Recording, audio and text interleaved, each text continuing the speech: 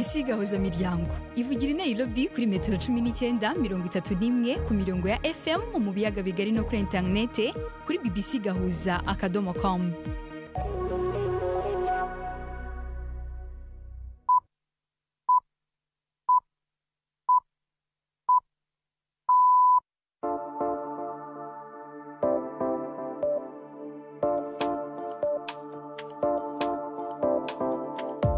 Ni saa moya n'igice z'ijoro i Nairobi, ni saa 12 n'igice z'umugoroba mu Burundi no mu Rwanda. Muri kumwe na Latifa Mutesi.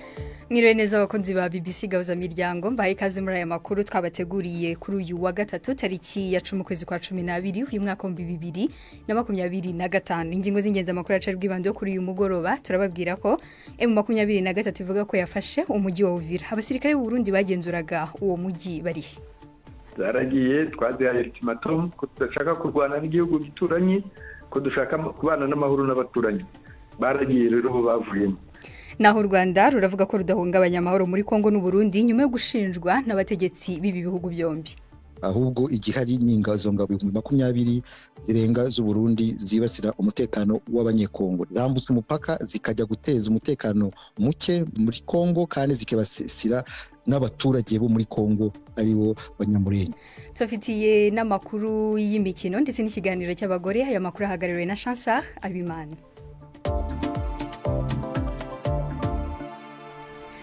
Mbere gutangira aya makuru ku buryo burambuye, Gerdas dufitiye amakuru agezweho. Igipolisi muri Nigeria kivuga ko casubije mu miryango abanyeshuri 100 bari banyuruje mu kwezi guheze n'abantu bitwaje bigwanisho bakweye ku ishure ryegamiye Ecclesia Katolika. Ni inkuru y'umesha makuru wa BBC Madina Maishano mwumva mu rya Juventine Muragije Maria. Inyubako z'ishuri zari zuzuye ababyeyi banezerewe ariko kandi bafite n'ubwoba. Bari bahamaza amasaha n'amasaha barindiye kubona abana babo nk'uko igipolisi kibivuga. Bose bafashwe ibipimo bigaragaza uko ubuzima bwabo buhagaze. Umukuru watavuga rumwe na leta muri Venezuela Maria Makado yasavye ibihugu bigendera ku ntwaro za demokrasi kugwanira ubwigenge mu ijambo yashikirije igihe yariko araronswa agashimwe k'amahoro kitiriwe Nobel. Iri jambo ryasomwe n'umukobwa wiwe kubera Makado atari bwashike Oslo ahatangwa agashimwe. Muri iryo jambo yavuze ko uhisemo ubwigenge aba atanze intererano ikomeye ku bantu bose ku isi. Iyi ni BBC. Haraciye imisi 3 hariko haraba intambara zikomeye ku rubero ruhuza ibihugu vya Cambodia na Thailand, impande zompi zigakoresha ibigwanisho rutura. Thailand ivuga ko n'imiburiburi abasirikare bayo 5 bahasize ubuzima mu gihe Cambodia yemeza ko hishwe abanyagihugu bayo 9. Umuvugizi wa leta ya Thailand Jiray Hwangsap yavuze ko aho ibintu bigeze bisa nkaho atanzira yo kumvikana igisigaye. I have to say that novuga ko inzira yo guhagarika intambara ubu yagabanutse cyane. Umuntu yovuga mbere ko yugaye kubera murabizi Thailand iguma ivogegwa, Cambodia iguma ihonyanga amasezerano yo guhagarika intambara.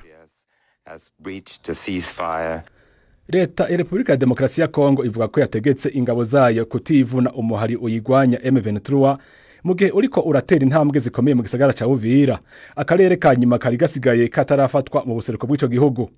Leta ya Kongo isigura ko yashatse kwirinda ko abasivile bahasiga ubuzima. Igice kinini c'ingabo za Kongo cavuye aho muri Uvira nubwo abanyagihugu baba muri ako karere bavuga ko intambara zikibandanya. Amwe mu makuru avuga ko u Burundi busanzwe ari inshuti ikomeye ya Kongo, bwugaye umupaka inyuma yaho abantu ibihumbi n'ibihumbi bahungiye berekeza muri ico gihugu. Latifa. Urakoze cyane Gerdas.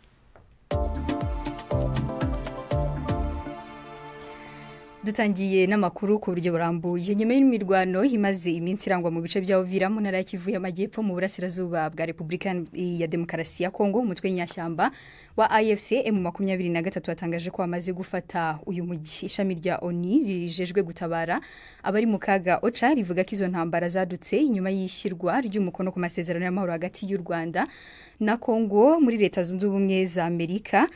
Izi ntambara zikaba zimaze guhitana abantu barenga 70, abandi ibihumbi bakaba baravuye mu byabo. Mu kanya gashize maze kuvugana n'umuvugizi wungirije w'uyu mutwe Dr. Oscar Barinda, ntangira mubaza niba koko bamaze gufata Uvira. Yego, Uvira yabaye ngombwa ko tuyigeramo yuko abaturage bari bamerewe nabi.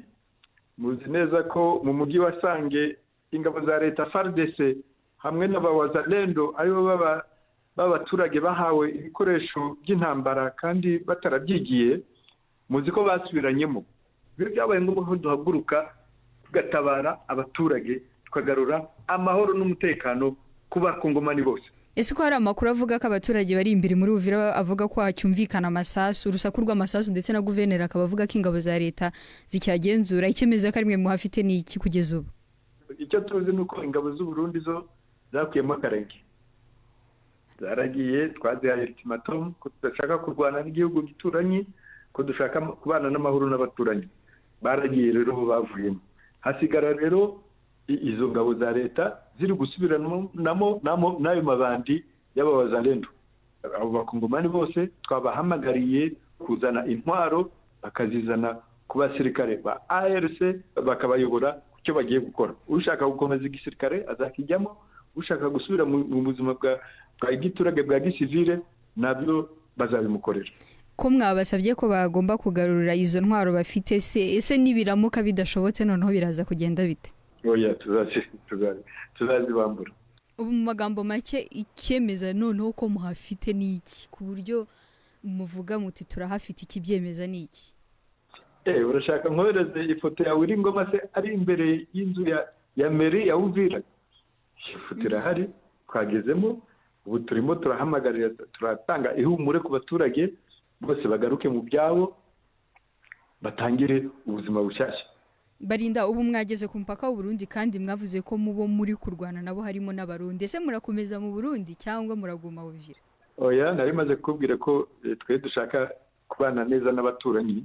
Dushaka kubana neza nk'abaturanyi kuko tubana ni Uganda hari Bunagana ko tubana n'u Rwanda hano za Rubavu kuko tugiye kubana n'u Burundi hari Uvira. Hari abavuga ko muhohotera abaturage musanze aho mwafashe bigatuma bamwe bahitamo guhunga. Byo mwabivugaho iki? Oya biriya no kubeshya yuko naha turi Goma n'ahandi twabanjiriza Bunagana hose abaturage baragaruka bahita bagaruka. Erega uretse n'abaturage n'inyamaswa muri parike ya Virunga ubu ngubu ukareba izari zarahunze zose zaragarutse. Rero buri muntu areba aho amahoro ari, aho umutekano we uri. Basagaruka bafite ibintu byabo hariya Uvira, basagaruke basubire mu mazu yabo, basubire mu bucuruzi bwabo, mu mirimo yabo bakore. Icyo nakubwira nuko babaturage bari barafashwe ugwate hano mu nkengero za Goma, bari muri za nkambi iz'abakuwe mu byabo n'intambara za Kanyarukinya, za Mugunga, za Bulengo, abo bantu nibo bari kugaburira umujyi wa Goma ubu ngubu. Harabahunze kuko harabambutse umupaka bakajya Bujumbura, ariko tuzi neza ko mu minsi mike bari bugaruke bagasubira mu gihugu cyabo. Uwo yari umuvugizi wungirije w'umutwe wa AFC mu 23 Dr Oscar Barinda. Mu Burundi urujya n'uruza rwahungabanye ku muhanda uva mu mujyi wa Bujumbura werekeza ku mpaka wa Gatumba aho Burundi buhana imbibi na Kongo nyuma y'intambara zirangwa muri icyo gihugu zimukiye mu mujyi wa Uvira uhana imbibi n'u Burundi. Minisiteri y'ububanyi n'amahanga y'u Burundi yagiriza u Rwanda kugira uruhare muri izo ntambara. Iyi nkuru reka tuyibaze mugenzi wacu Patrick Waso.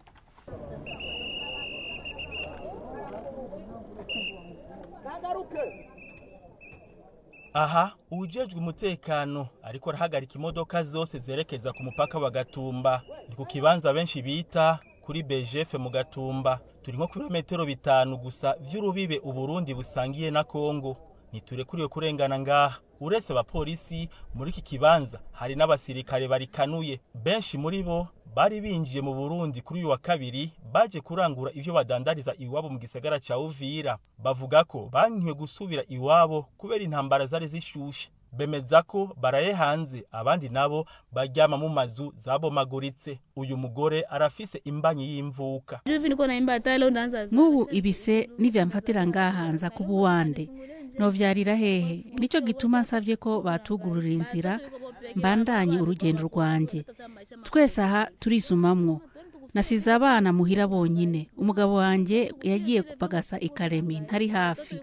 Nibandeke mfume nja gupfira hafi y'abana banje. Jewe sinahunze nari naje kurangura ibidandazwa. Nubwo uyu ashaka gusubira muri Kongo, abakongomani babandanya guhungira mu Burundi ku bwinshi baciye ku mupaka wa Gatumba. nk'uko twavyiboneye abaza bose baca begeranirizwa ku kibuga kiri impande y'ikirindiro cy'igipolisi mu Gatumba aho benshi bita kuri Brigade Gatumba. Abarundi barangura imirimo yabo mito mito aho ku mupaka wa Gatumba bavuga ko ubuzima bugiye kubakomerana kuko umupaka usa nk'uwugaye.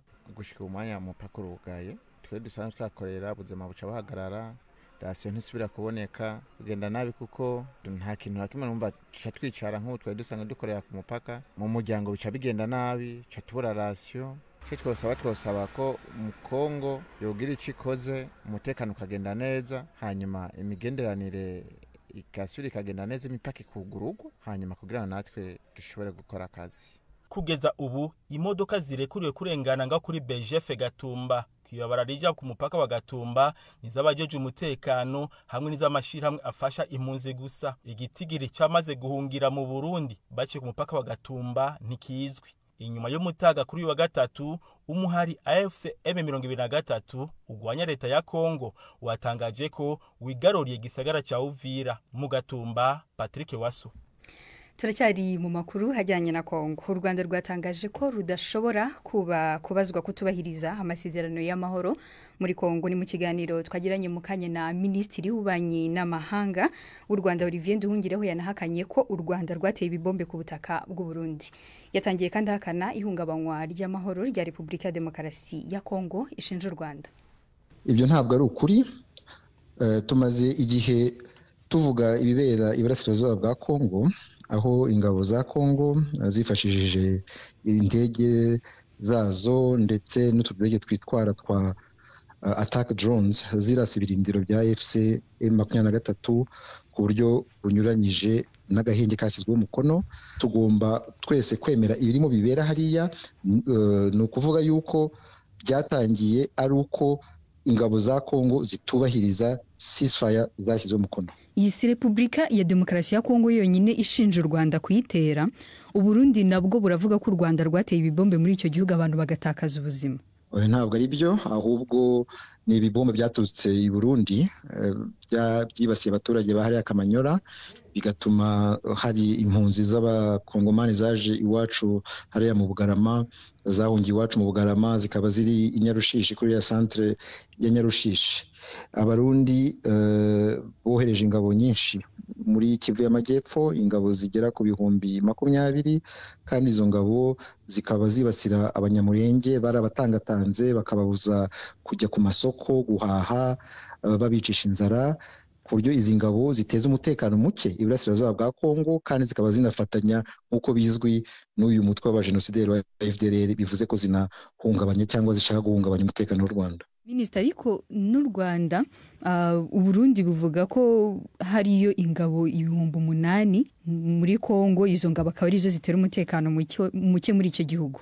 Ibyo ntabwo ari byo, ahubwo igihari ni ingabo ngabo 20,000 zirenga z'u Burundi zibasira umutekano w'abanyekongo. Ni ingabo z'u Burundi zambutse umupaka zikajya guteza umutekano muke muri Kongo, kandi zikabasira n'abaturage bo muri Kongo aribo banyamurenge. Na raporo UN yasohoye yagaragaje ko u Rwanda rufite ingabo ziri hagati y'6,000 n'8,000. Minisitiri, mwabivuga iki? Izo raporo za UN za kanama kita k'impuguke zone zisanzwe, mbere yo kujya kubara abo basirikare b'u Rwanda bavuga ko bari muri Kongo, kuki bataratubarira abasirikare ba FDLR bari muri Kongo ngo batubarire abasirikare b'Abarundi, batubarire abandi basirikare n'abacanshuro bo muri Colombia bari muri Kongo? Ese bariyo koko Minisitiri? Ibyo twarivuze kenshi, ntabwo abasirikare bacu bariyo. Twavuze ko dufite ingamba z'ubwirinzi zigamije kurengera igihugu kubera ibi bitero bya FDLR ishyigikiwe na leta ya Kongo.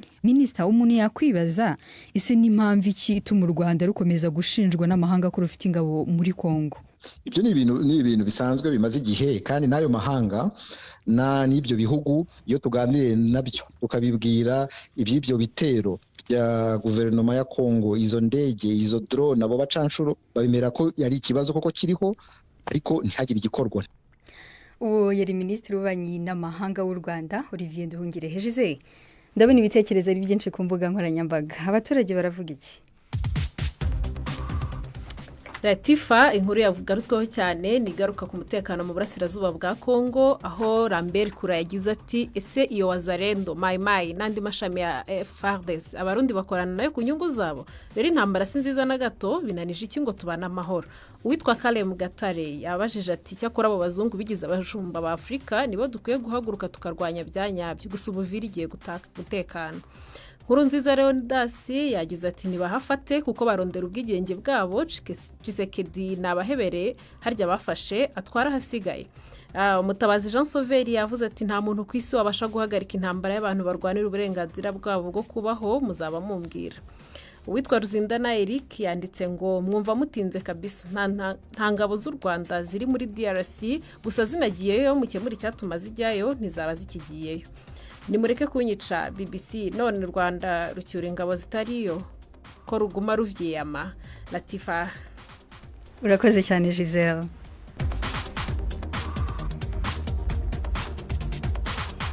Dukomeje n'amakuru twabateguriye kuri uyu mugoroba urugereko rw'urukiko rukuru rukorera Inyanza mu majyepfo y'u Rwanda rwasubitse urubanza rwa Murekezi Vincent wajuririye igihano cy'igifungo cya burundu yakatiwe n'urukiko gacaca rwa Huye nyuma yo kumuhamya ibyaha bya jenoside. Umwunganira yasabye ko yahabwa igihe gihagije cyo gutegura urubanza mu mizi. Murekezi yoherejwe mu Rwanda n'igihugu cya Malawi mu mwaka wa 2019 ngakurikiranwe kuri ibyo byaha we aburana ahakana. Umunyamakuru wa BBC Yves Bucyana yari mu rukiko hadutegurira inkuru ku buryo burambuye. Ku isaha ya 4:30 nibwo Vincent Murekezi yinjiye mu cyumba cy'iburanisha asuhuzanya n'umwunganira Maître Kagame Kimonyo Alexis ndetse anasuhuza bake mu muryango we bari mu cyumba cy'urukiko. Kuri uyu wa gatatu nibwo urubanza rwa Vincent Murekezi rwagombaga gutangira kumvwa mu mizi gusa umwunganira yasabye igihe cyo gutegura urubanza. Maître Kagame Kimonyo Alexis yasobanuye ko dosiye ya Murekezi ari nini cyane ko bimusaba igihe cyo kuyitegura neza kugira ngo yinjire mu rubanza mu mizi. Urukiko rwatanze amezi 2 urubanza rukazatangira ku itariki 17 z'ukwezi kwa kabiri umwaka utaha. Ubushinjacyaha buvuga ko Murekezi yabaye ku isonga ry'ubwicanyi mu mujyi wa Butare aho bwemeza ko yagaragaye atanga amabwiriza kuri za bariyeri. Vincent Murekezi w'imyaka 63 yari umucuruzi ukomeye mu gihugu cya Malawi aho yari amaze imyaka 19 ndetse akaba yari amaze ngo no kubona ubwene gihugu bwaho.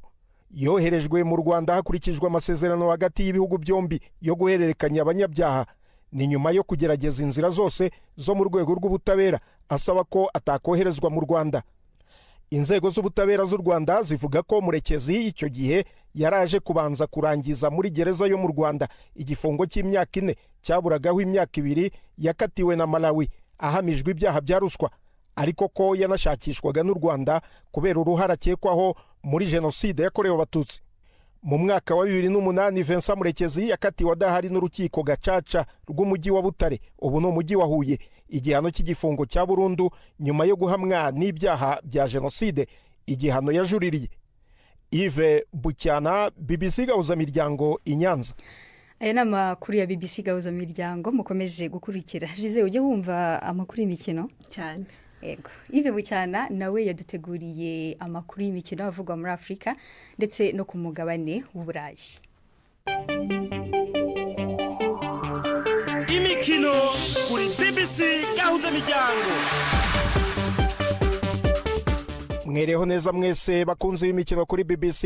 Ayuyu munsi aribanda ku mikino ya Champions League ku mugabane w'Uburayi. Umutoza wa Real Madrid Xabi Alonso aravuga ko mu ikipe ye bafite ubumwe ari we n'abakinnyi ndetse n'ubuyobozi bw'iyo kipe, mu gihe mu masaha make ari imbere muri ijoro Real Madrid icakirana na Manchester City. Real imaze iminsi idahagaze neza muri shampiyona ndetse mu minsi mike ishize yatakaje umwanya wa mbere mu mpera z'icyumweru ikaba yarahondaguwe iwayo na Celta Vigo 2-0 bituma intebe y'uyu mutoza itangira kudigadiga. Ku munsi w'ejo rutahizamu Kylian Mbappe ntiyakoze imyitozo kubera imvune, byongera isukari kuzamuka mu mibiri y'abatari bake mu bakunzi ba Real Madrid. Gusa ariko birashoboka ko uyu munsi yaza kugaragara mu kibuga. Mbappe w'imyaka 26 niwe Real Madrid iri kugenderaho cyane muri iki gihe kuko amaze kuyitsindira ibitego 26 kuva umwaka w'imikino watangira. Ariko kandi ikipe yugarijwe n'imvune cyane cyane mu bakinnyi bayo bugarira izamu. mu yindi mikino iri bube Arsenal iragerageza kwibagiza abakunzi bayo ibitego 2-1 yakubiswe mu mpera z'icyumweru na Aston Villa ubwiraba iri kwa Club Brugge mu Bubiligi. Iyi Club Brugge yahuye n'amakipe 12 atandukanye yo mu Bwongereza muri iki gikombe, ariko n'ubwa mbere igiye gukina na Arsenal. Mu mikino 18 iheruka ya Brugge n'amakipe yo mu Bwongereza yatsinzemo umukino umwe gusa itsinda Aston Villa umwaka ushize. Ku bindi bibuga Karabakh yo muri Azerbaijan irakina na Ajax yo mu Buholandi, Villarreal ihure na Copenhagen, Athletic Club yo muri Espagne irabiri mu rugo kwisobanura na Paris Saint-Germain. Ni mu gihe Benfica ya Mourinho icakirana na Napoli ya Antonio Conte. Borussia Dortmund irakira mu rugo Bodo Glimt yo muri Norvege. Juventus nayo ikine na Pafos yo muri Cyprus, naho ikipe ya Newcastle irabiri hanze gukina na Bayer Leverkusen. Mu mikino yarayikinwe kera kabaye Liverpool yarayitsinze ikubitira hanze 1-0 ikipe ya Inter Milan. Uyu nundi mukino wa kane rutahizamu wayo Mo Salah atagaragayemo. Ubu ibintu birashyushye hagati ya Mo Salah na Liverpool nyuma yo gutangaza ko hari umuntu utamushaka muri iyi kipe. Amagambo ye yakuruye umwuka mubi mu buryo ahazaza he mu ikipe ya Liverpool hatangiye gushidikanywaho. Chelsea nayo yongeye gutakaza ubwo yatsindwaga na Atalanta yo mu Butaliyani ibitego 2-1. Tottenham yo yanyagiye Slavia Prague 3-0. Bayern Munich ishota Sporting Lisbon 3-1, naho Barcelona itsinda bitayoroheye ikipe ya Frankfurt 2-1. Ayo niyo y'imikino nabahitiyemo uyu munsi. Gendi Yves Bucyana. BBC gahuza bijyango muri Afrika no kwisi yose. Ubu turi ku isaha y'isa moya ni minota 51 i Nairobi muri Kenya ni saa 12:51 mu Rwanda no mu Burundi. Ubu ni umwanya wo kumva ibizaba bikubiye mu kinamico urunana cyo ku munsi w'ejo kwa kane.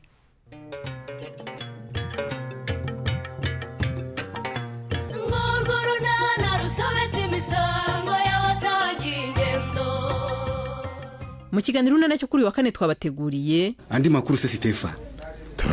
Turaho ni ibisanzwe. Oya ndashaka kumenya vuga Nyarurembo. Nayabwirwe n'ikize ko nirirwa kugikwa.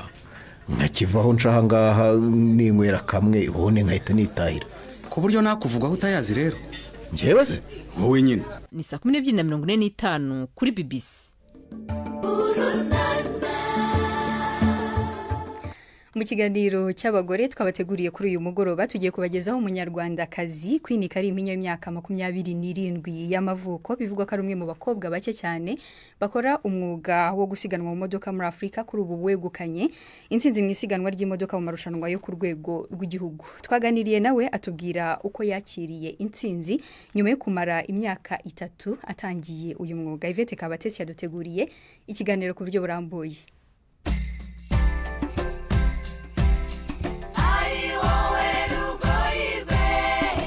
Queen Kalimpinya ni umunyarwandakazi w'imyaka 27 y'amavuko. Bivuga ko ari umwe mu bakobwa bake cyane bakora umwuga wo gusiganwa mu modoka muri Afrika. Uyu mukobwa wigeze no kwitabira amarushanwa y'ubwiza yarazwi nka Nyampinga mu 2017 ayasoza ari igisonga cya gatatu. Ari naho yaje kuvana akazina ka Miss Queen. Kuri ubu rero akaba yegukanye intsinzi ya mbere mu isiganwa ry'imodoka mu marushanwa yo ku rwego rw'igihugu. Twaganiriye nawe atubwira uko yakiriye intsinzi nyuma y'imyaka 3 atangiye umurimo. Ni ibintu twishimiye cyane cyane ko mba ntari njyenyine, tuba twarafatanyije n'ikipe yose kugira ngo tubigereho. Kuva natangira gukina imyaka 3 ishize n'umwaka wa 3 nari nitabiriye shampiyona yose. Rero twishimiye cyane ko twari tumaze igihe kinini tubiharanira.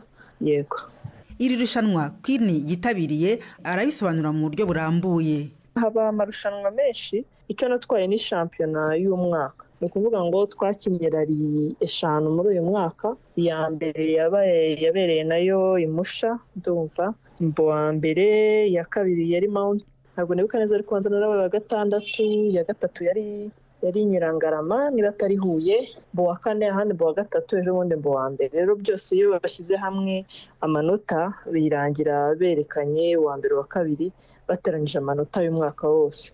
Rero bateranyije amanota y'umwaka wose twabaye aba mbere, akaba ari ikintu twishimira cyane. hanyuma Queen wakoresheje iminota ingahe muri iri siganwa ry'ubu ngubu? Kuri iyo ya nyuma iheruka ndumva ari isaha n'iminota 30 uwankurikiye namusigaga iminota 30 ariko si ukuvuga ko ariyo mba namusize neza, haba harimo n'amapenaliti iyo wakoze ikosa bakaguhana baguhanisha kongera iminota mu yuba wakoresheje, ariko nanjye barayinyongereye. Queen Karimpinya si ubwa mbere yitabira amarushanwa yo gusiganwa, ariko ntiyajyaga abona amahirwe yo gutsinda. Kuri iyi nshuro arasobanura icyatumye yegukana intsinzi. Navuga ko kuri uyu mwaka nagize abafatanyabikorwa beza, nagize garage 80% niba ariko navuga yarari n'imodoka, ubukinisha imodoka. Rero iyo ufite garage igufasha gutegura imodoka, ikaba ari imodoka ikoze neza, iteguye neza, bituma ugira amahirwe menshi yo gutsinda. Rero nagize abafatanyabikorwa benshi kandi beza, ari nako nzamura urwego. Urumva umwaka wa mbere uba ukiri kwiga byinshi, umwaka wa kabiri uko iminsi igenda iza niko ugenda urushaho kugira ubumenyi bwo gutwara, bakazaho n'imodoka iteguye neza. Navuga ko aribyo byamfashije. Hari hashize imyaka 3 Queen yitabira amarushanwa, ariko kudatsinda ngo ntibyamucaga intege. Hoya icyo ukunze buriya kigeraho kikagukundira, ibintu byose bifata igihe, nta mwana uvuga ngo yuzure ingobyi. Rero ikintu cyose nabonaga kitagenze neza nagifataga nko kwiga, n'ubu ngubu haracyari byinshi biri kwiga ubwanshintege. Ahubwo n'ubwa mbere nkinarari bwa mbere nk'umukopilote twabaye abanyuma, aho nibaza ko ariho nari gucikira intege bwa mbere, ariko ntabwo byanciye intege, ahubwo byanteye imbaraga zo gukomeza ndeba icyo kitagenze neza kugira ngo gikosoke, noneho ubutaha bizagende neza. Gutsindwa ni ingenzi mu buzima, bigufasha ahubwo gutsinda. Ubona ko abantu bagiye batsinda ibintu byinshi batabitsinze ku munota wa mbere. Wiyinspira ku bandi bantu uko bagiye babaho, uko bagiye bakora, ukabona ko ibyawe ahubwo bishobora kuba ari na bitoya mu by'abandi baciyemo. Rero iyo ufite role models ariko navuga, cyangwa se ingero zitandukanye zabo bitagiye bikunda ariko nyuma bigakunda, biragufasha kudacika imbaraga. Nyuma rero yo kwegukana iyi ntsinzi yo gutwara amamodoka, Queen ngo arashaka kwagura amarembo. Ubu turifuza kwitabira amarushanwa mpuzamahanga, tugatangira guhagararira u Rwanda mu mahanga. Miss Queen Karimpinya, umukobwa wihebeye umwuga w'isiganwa ry'imodoka, akaba yarigeze no kwitabira amarushanwa y'ubwiza azwi nka Nyampinga. Amahoro rero n'amahirwe kuri we, ni na hano dusoreje. Muramuke neza. Mbere yo gusoza aya makuru, reka twongere twumve amakuru agezweho twe twateguriye na Gildas.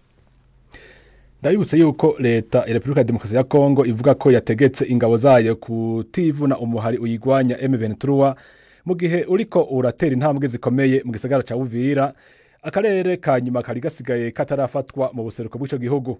Leta ya Kongo isigura ko yashatse kwirinda ko abasivile bahasiga ubuzima. Igipolisi muri Nigeria kivuga ko casubije mu miryango abanyeshuri 100 bari banyurujwe mu kwezi guheze n'abantu bitwaje ibigwanisho bakuwe ku ishure ryegamiye Ecclesia Katolika. Umukuru watavuga rumwe na leta muri Venezuela Maria Macado yasavye ibihugu bigendera ku ntwaro za demokrasi kugwanira ubwigenge mu ijambo yashikirije igihe yariko araronswa agashimwe k'amahoro kitiriwe Nobel. Iri jambo ryasomwe n'umukobwa wiwe kubera Macado atari bwashike Oslo ahatangiwe agashimwe. Muri iryo jambo yavuze ko ubuhisemwe ubwigenge abatanze intererano ikomeye ku bantu bose ku isi. Haciye imisi 3 hariko haraba intambara zikomeye ku rubibe ruhuza ibihugu vya Cambodia na Thailand, impande zompi zigakoresha ibigwanisho rutura.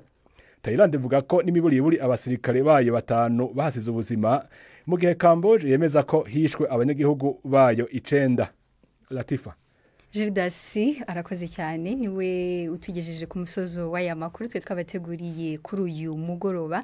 Bararikiye gukomeza gukurikira ibiganiro bitandukanye bya BBC Gahuza Miryango, mwadusanga ku mbuga nkoranyambaga zacu zitandukanye Facebook na X BBC Gahuza, ndetse no kuri website yacu bbcgahuza.com. Mwari kumwe nanjye Latifa Mutesi. Aya makuru yarahagarariwe na Chancellor Abimana, ndetse kwanga bw'ibyuma twabanye na David Kinyanjwi.